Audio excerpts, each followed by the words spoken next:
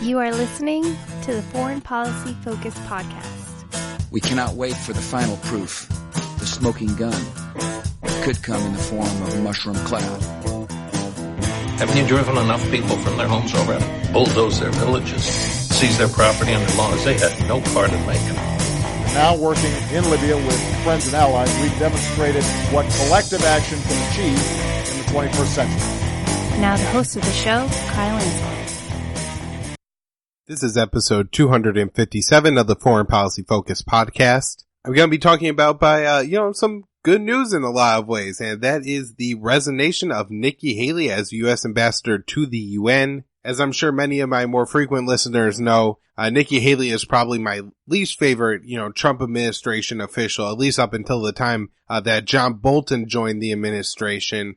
Just horrifically terrible and has said some awful things, and I'll talk about that on today's show. And, I'm sure there's somebody possibly even worse yet to come, but for now, we could celebrate a few Nikki Haley free days at the UN. For those of you who like to share this show, foreignpolicyfocus.libsyn.com, or just go to libertarianinstitute.org. At the Libertarian Institute, you can find my show, Foreign Policy Focus, and my daily news roundup, and a lot of other great content. So check out the Libertarian Institute and specifically, my show. So Nikki Haley offered her recognition and then sat down with resignation, and Donald Trump accepted it, and they sat down and had a little meeting that looked very cordial, and definitely I think that was the appearance that both Haley and Trump wanted to give off by the meeting. There's a lot of speculation as to why Haley is leaving the Trump administration. It ranges from Trump is insane and hates women, and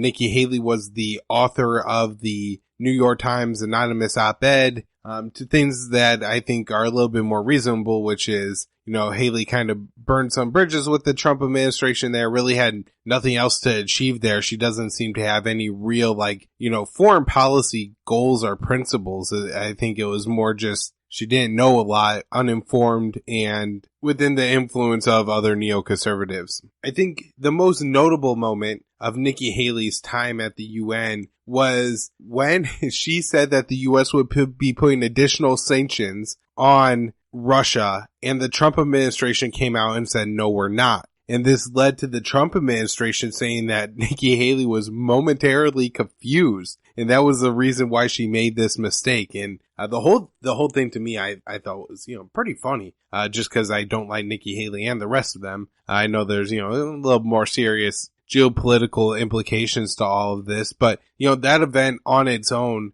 I think, does summarize one other quality about the Haley term as U.S. ambassador to the UN, and that was she wasn't necessarily just a mouthpiece for the United States, which I think that administration and the role of ambassador is supposed to be. That, what Trump would have envisioned his ambassador to the UN being is basically going and giving speech at the UN. They're more or less, written in the Trump administration's foreign policy. And we see here most notably because you had that direct confrontation with the White House publicly in statements by both Haley and the Trump administration that Nikki Haley wasn't completely in line with the Trump administration on foreign policy. Now, the worst part about the whole Nikki Haley resigning thing is like when John McCain died, it's this glorification of her. People are saying this is the last remaining sane voice leaving the White House, and, she's just too dignified to be there and all this other stuff, which, we're going to talk a little bit in a second here about why that's completely absurd. A much more reasonable take on the Haley resignation.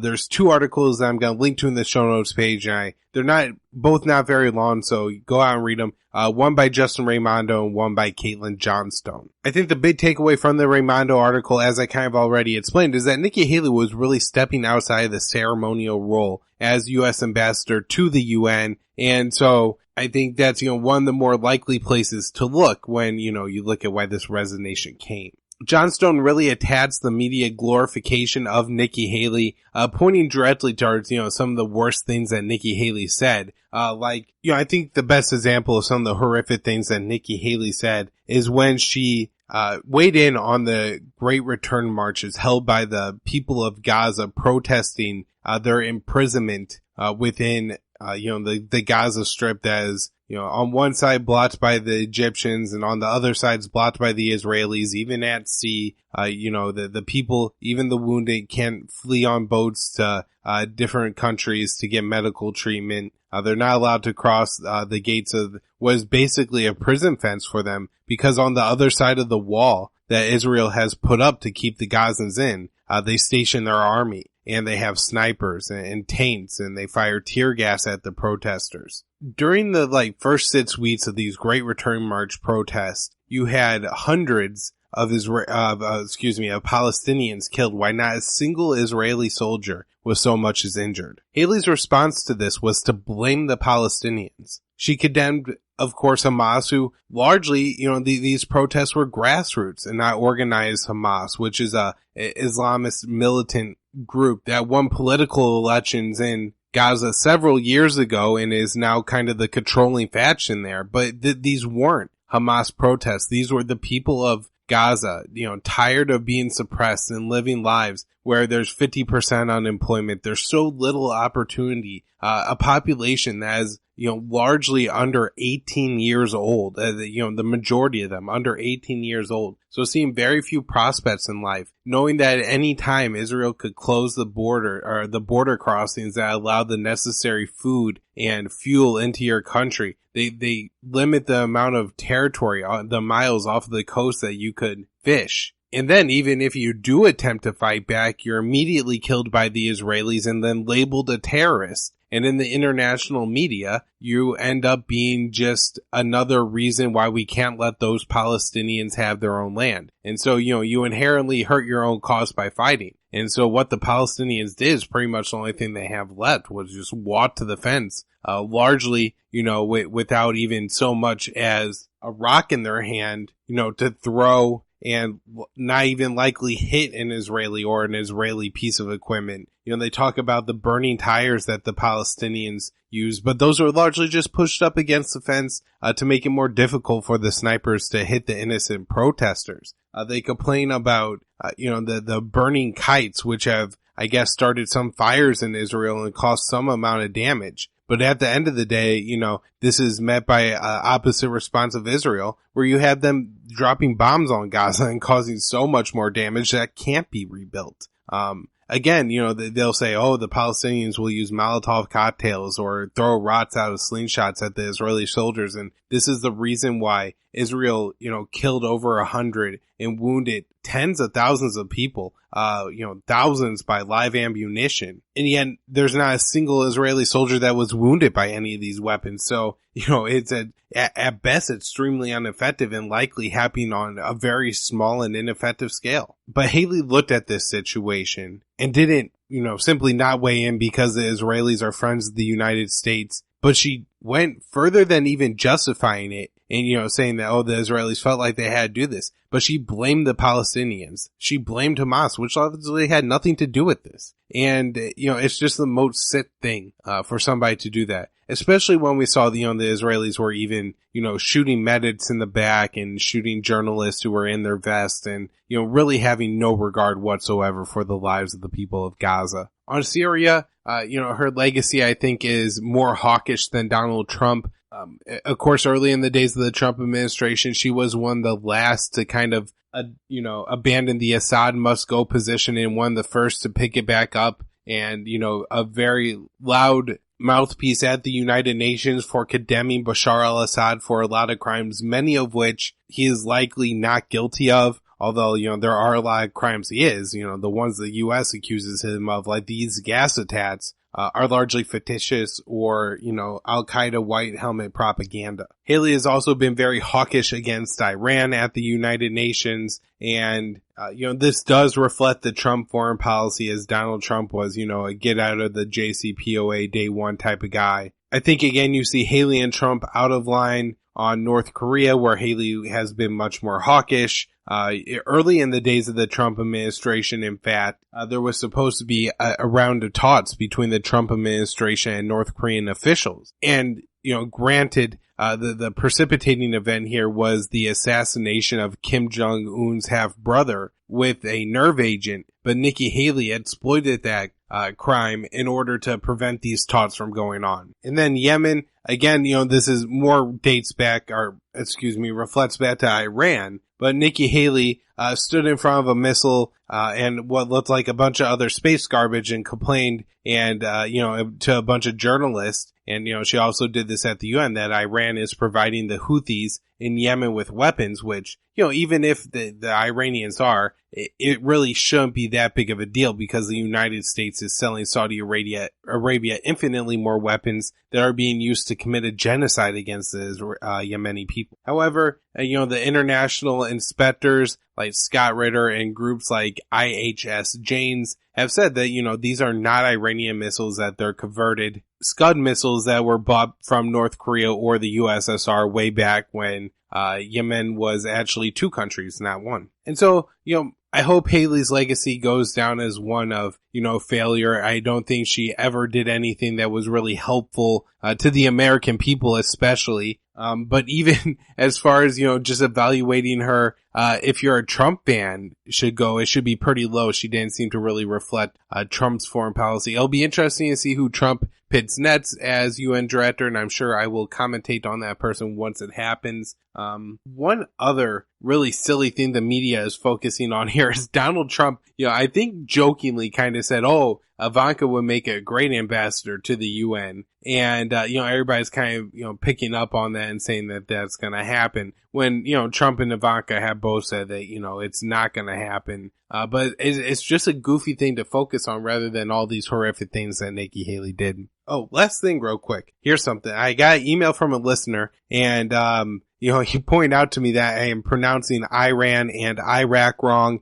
It's Iran and Iraq, and I'm going to try to get a little bit better about that, but, it's force of habit at this point. So again, hopefully that'll get better for everyone, but it may not. I read an article in Bloomberg that Prince Alawi's net worth has dropped 58%. Most of that drop seems to be, in part just a general decline in, kind of the wealthiest people in the world. I think, it said like their overall wealth is down about 2% in the last few years. But mainly I think it's been a loss of value of the Saudi Sovereign Wealth Fund. And that I'm sure is likely largely due to the, feared instability now in the market because of, Mohammed bin Salman's ascent to power and then his more or less, kind of coup on all of his, brothers, uncles, and cousins. I don't know, if that 58% is truly accurate and how much of, his former wealth he actually still controls now. It could be even less than that. And,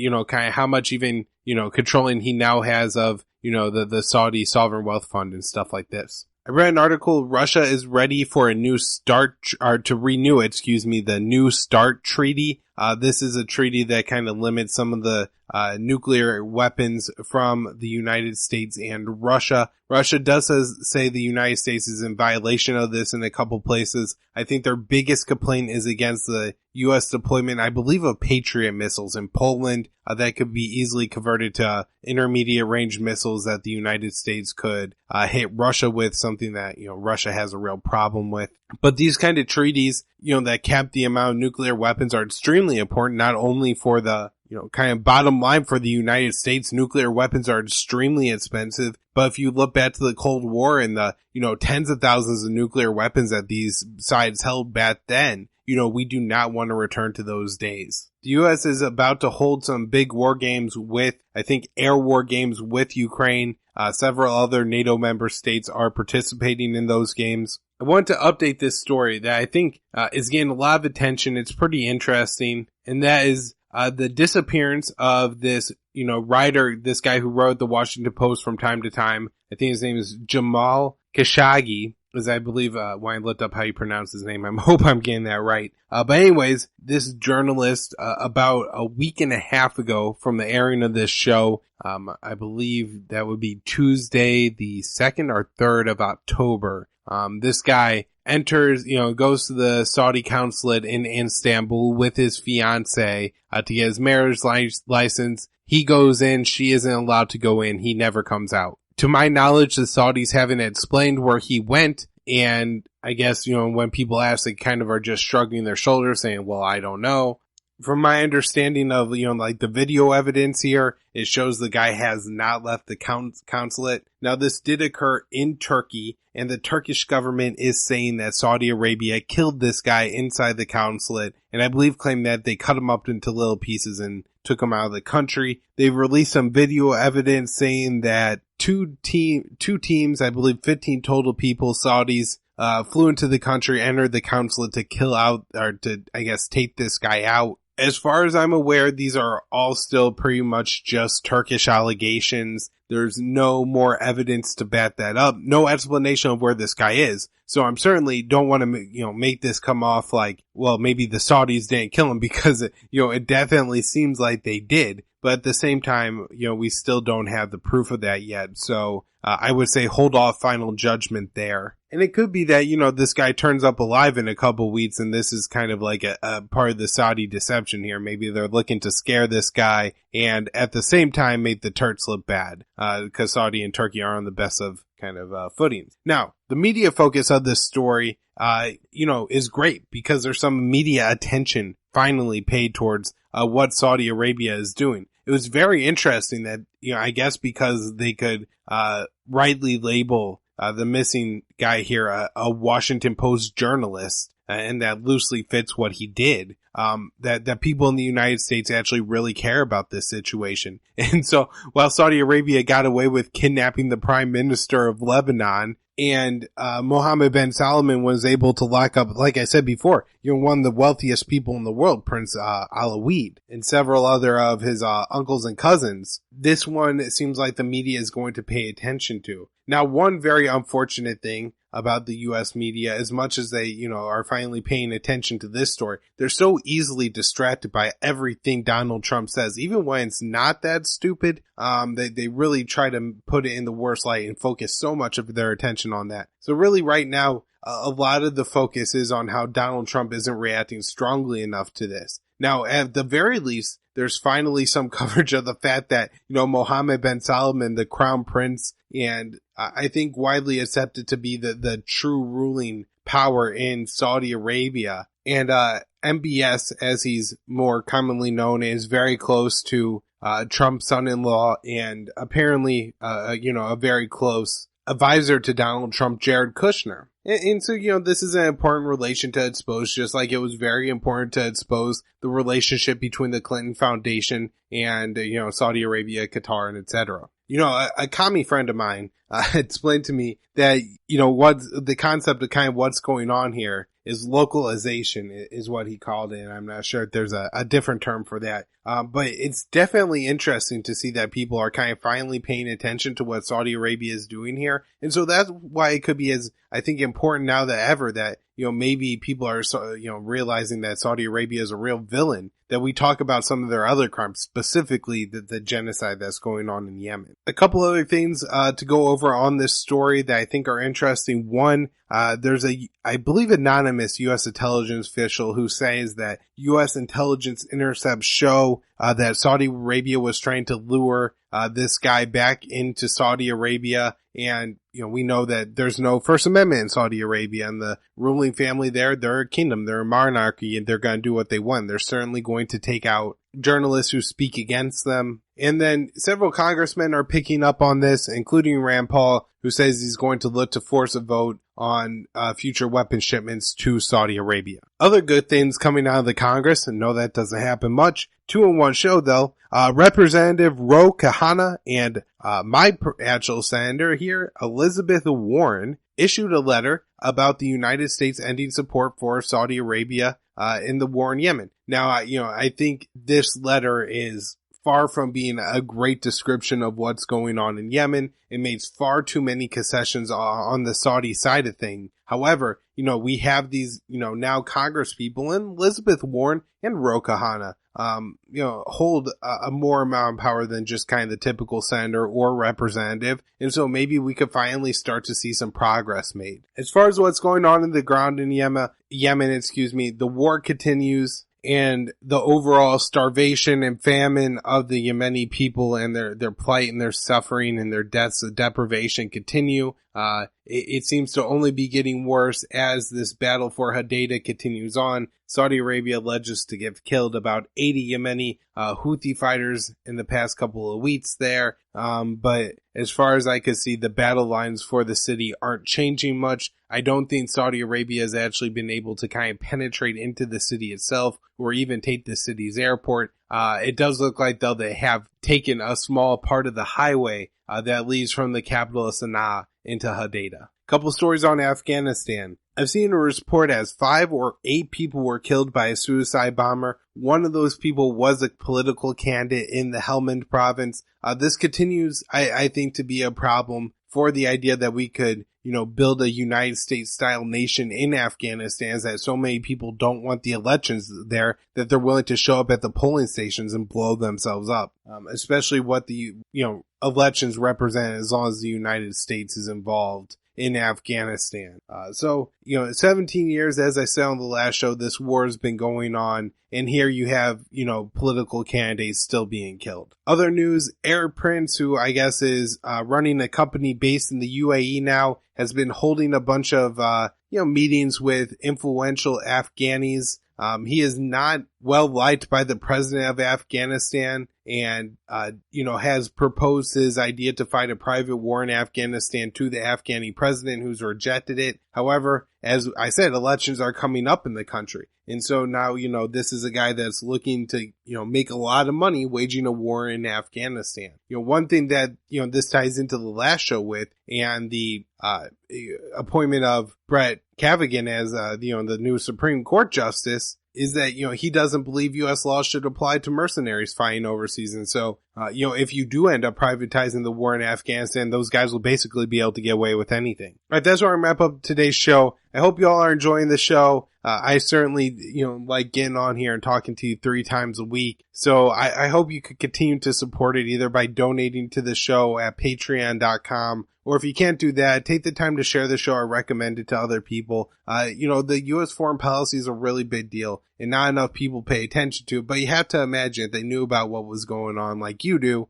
that they would care and want it to stop. So foreignpolicyfocus.libsyn.com, libertarianinstitute.org, Twitter at KYAAALE, Facebook.com, Libertarian Union. Check out that, and a great group of podcasters there. Thanks, everybody.